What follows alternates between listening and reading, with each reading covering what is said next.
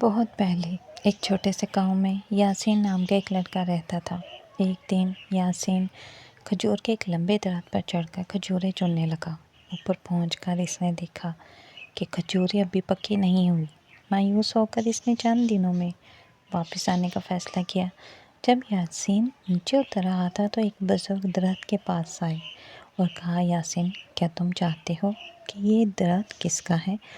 یاسین نے توقف کی اور ایمانداری سے جواب دیا، نہیں، میں نہیں جانتا تھا۔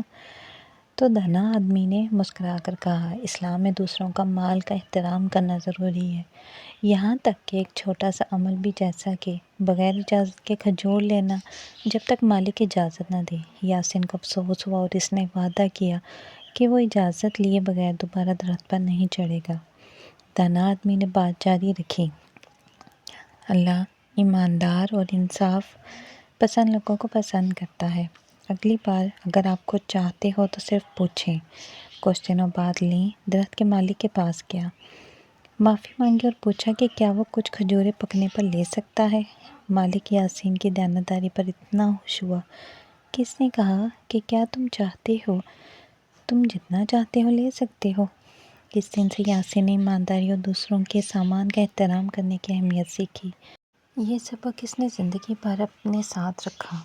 ہمیشہ ایماندار رہو اور دوسروں کا احترام کرو، اللہ ان کو اجر دیتا ہے جو اس کی تعلیمات پر عمل کرتے ہیں۔